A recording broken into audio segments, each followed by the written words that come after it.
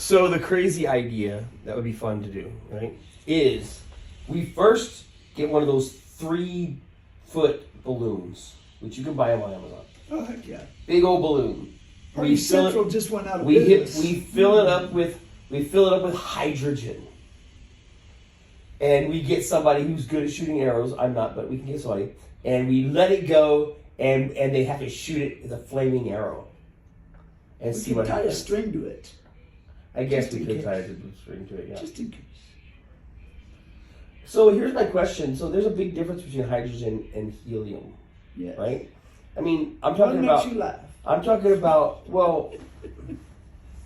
hydrogen The other makes you laugh helium, after so explosions. I've done the calculations of how much hydrogen you need. You need 28 square feet of hydrogen to lift 1 pound of anything, right? So I've done that calculation.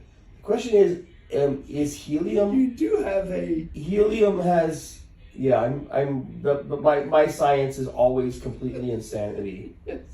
It's mad science. My science is all mad. I have no use for science. I always hated science because I'm like, this is the most boring thing I've ever heard. But then someone said, wait a second.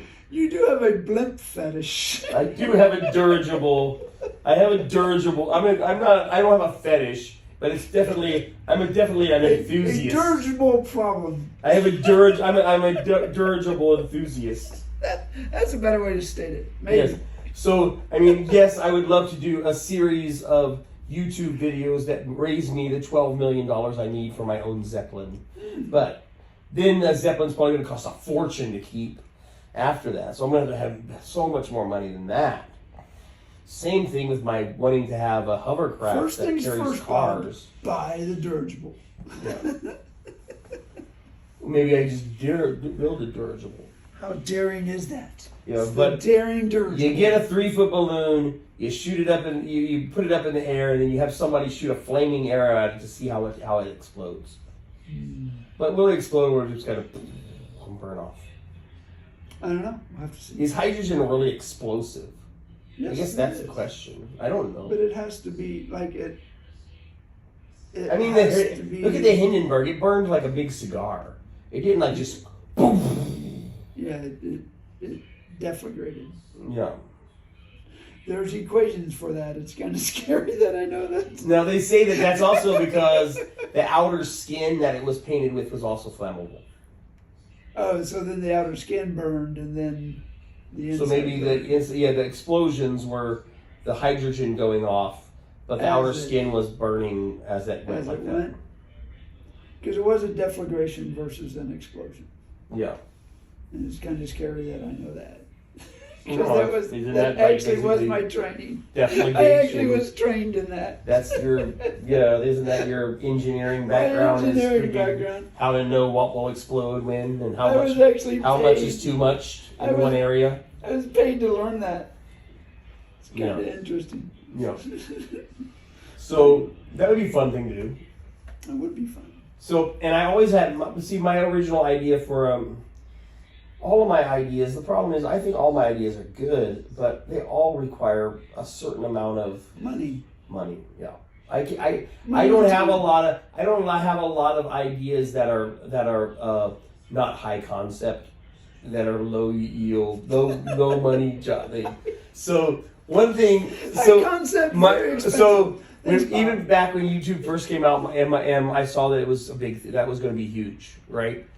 I wanted to have a YouTube show called How Hard Could It Be? That's it, right? So how hard could it be is just, how hard could it be to build a hovercraft? How hard could it be to learn how to sail?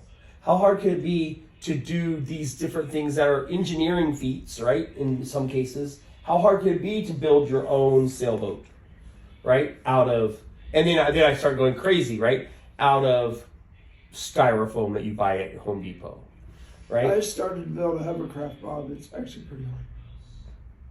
Because you have to, it's a weight ratio. It's a simple weight ratio. Can a 3-ounce bird carry a 10-pound coconut? Well, here's the thing I was thinking, right? So now I've evolved my hovercraft thing. Of course, I just wanted to say how hard could it be? Kind of, and of course, back in those days when I first started thinking, there was like Monster Garage where they had you got 8 guys who really knew what they were doing. To actually, they got 1 week to turn a car into something this guy told them to do, right? So my idea was kind of similar to that. Find people that really know what they're doing, and like in a week, like document how hard is it to actually make something. Because at the time I knew people, like I knew a guy who worked for Boeing, and he was like, I was like, how hard could it be to make a helicopter? I know a guy who was a helicopter mechanic in the Army, right? And he was building his own helicopter in his garage. Dude, there's a dude on The Amazing Race that was a helicopter mechanic. Yeah, making lots of. But this guy was actually piece by piece building his own helicopter in his garage. While he was also building, while he was fixing helicopters for the Army, and he did Apache attack helicopters, but he was building his own helicopter because he did fly them too. Because he would have to be the guy who, after he fixed it, apparently he would go take it over here, take it over there, right, to make sure everything was fine. He had to drive them. We need a contact us section that says contact us if you know any of these. Yeah, and we can find people that do stuff like go down to Corpus, and all these things could take money even to do this documentation. Unless you could talk to people to do it for free, right? You can go for the weekend and learn how to sail a sailboat. Oh yeah, one of my friends did that. Some of the big ones. In Balcony Heights, there's a guy, in Leon Valley. In Leon Valley, there's a guy who will teach you how to forge your own weapon on the weekend. It's a weekend course that he does. It's like $900, and he'll teach you how to make your own knife, right, and forge metal. That's not a knife. But that's the kind of thing I would want to do. Like, how hard could it be to learn how to forge, right? Nice. And of course, you're going to want experts that know how hard is it really to scuba dive, right? I know they used to teach 3 it. weeks. I always wanted to do it. Now I think with my lungs, I don't know if I could ever do it. But they used to do resort diving when I went down to Cancun. There's a pretty girl that taught everybody how to resort dive and took them out. She taught a class all day, and then they went out the next day and actually did it to some extent, right? Maybe we have to do, what can $1,000 get you? How hard could it be? And have a budget of only $1,000 always? How hard could it be for only We would have to get $1,000? sponsors, man. Do you have $1,000? No, I don't have $1,000 right now. But I always wanted to do that. How hard could it be? And just think of different things. How hard could it be? But you could have you could do something like Bird Notice, right? Bird Notice has a mission for the episode, and it has the long-term mission. So the whole series, the whole season could be we're building a hovercraft. That takes a long time. And then you have a bunch of other little how hard could it be. Like basic rock climbing and belaying, right? I know how to do that. I'm really fat now and it'd probably be too uncomfortable.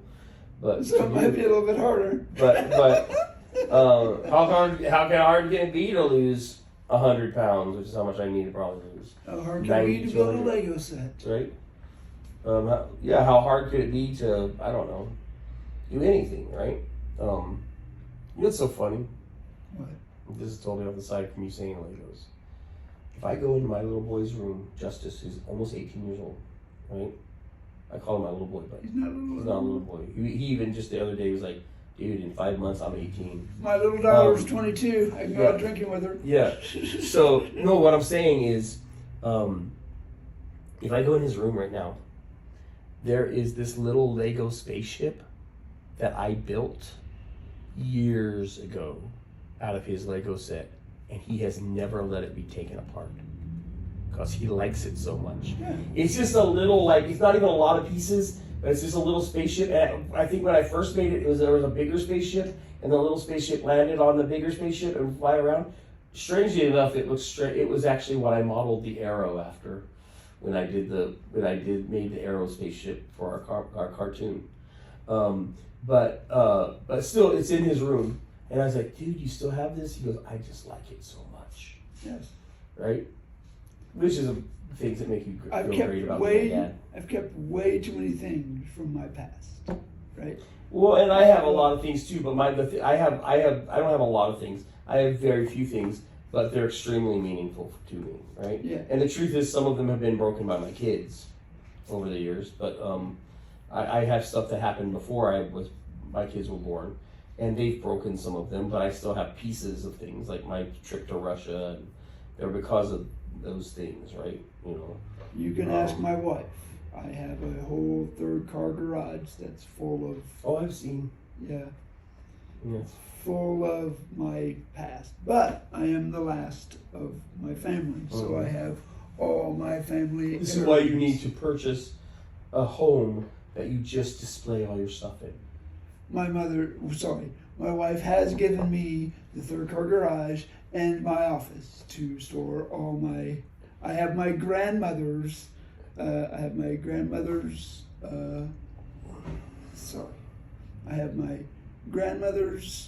dining room stuff. I have all the sterling silver. I have my mother's settings, and I have obviously the alley's settings. So I will tell you one of my few success stories of being when I was a minister. There are probably more that I just don't know about, but of ones that I can actually tell. There was a guy I knew, and he collected toys, right? And I'm not talking about toys that you can just find. I'm talking about old 1950s, 40s metal toys especially. And this guy had a knack for finding them, okay? So he had tons of antique toys. He loved them. He knew how to find them, and he could find them for cheap everywhere, right? So his house was just starting to be hoarder level stuff, right? So I go to his house one day, and his wife did make some complaints about it while I was there. And he said, "Oh yeah," she said. I go, "Dude, that's your wife. This is her house. Yeah. There's things you could do. Build shelves, display them, and make them look nice and stuff like that. And she'll probably not complain about it." She goes, "Yeah, I would like that because they're not." She goes, the things themselves she didn't have a problem with. The problem was that they were clutter. Yeah. Right? I go, if you build some shelves around your walls, and he lived in a little house, it was his house. They were an elderly couple. And he went and did it, and it looked cool when he was finished. Because he had all these toys on display. First of all, you could walk through his house, and you could see all this cool stuff, and it became a very cool environment. His wife loved it, right? So it was one of my very few things. Well, but it was also a dude who actually took my advice, right? There you go. That doesn't happen very often. It doesn't very happen though. You give advice and they're like, yeah, I totally agree with you, and I'm not going to do anything you just said. That's what my dad started a Coke collection, but he was eclectic about it, right? Mm-hmm. He went after a party and started collecting the trash from there. Some of it was pretty cool, right? You can go after the game and pick up the beer mugs as long as you clean them. They're not bad, right?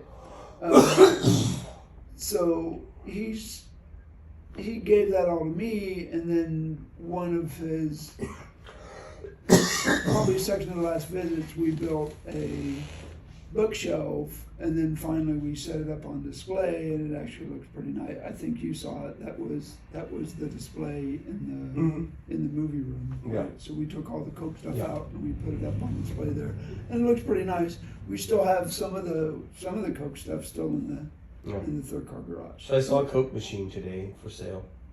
All right. But they wanted $1,000 for it. No. And that doesn't fit in our category. Well, first of all, so I get it, and I did what I always do, which I see it, I go, because I thought it was cool. They wanted $1,000 for it, so there's no way I was going to buy it anyway. So I go, I'm just going to check it out. So I go to eBay, and I find it on eBay for $450. There we go. Right? It's overpriced. And I go to him, I go, some of your stuff you really have overpriced.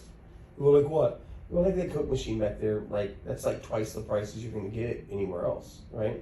You can literally buy it for $450. And he's like, I'll give it to you for $450. I go, I can't make any money at $450. and I didn't have $450 anyway.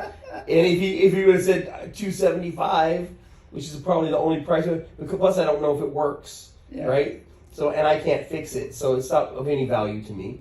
But I would have had to go down to $250, even even to hope that I could get something out of it, right? It wasn't that old. I go for $1,000. I can get one of those 1950s round ones that look really cool. Like, yeah, those right? are fun. I can get like a real antique one, not just one that's old.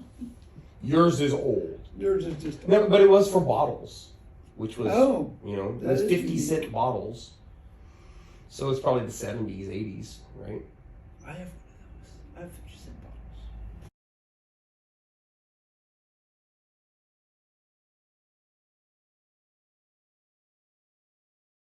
It was a That good is life. what you did. That's what you did for the weekend. Even though it was Like hot and stupid with your freaking friends. stinking New Sweating Mexico, like pigs. walking down the desert highway in New Mexico, picking up cans on the way to the reservation. Drinking more water, paying for. But no, we didn't have We bottled didn't water. pay for water There wasn't back bottled then. water back then. You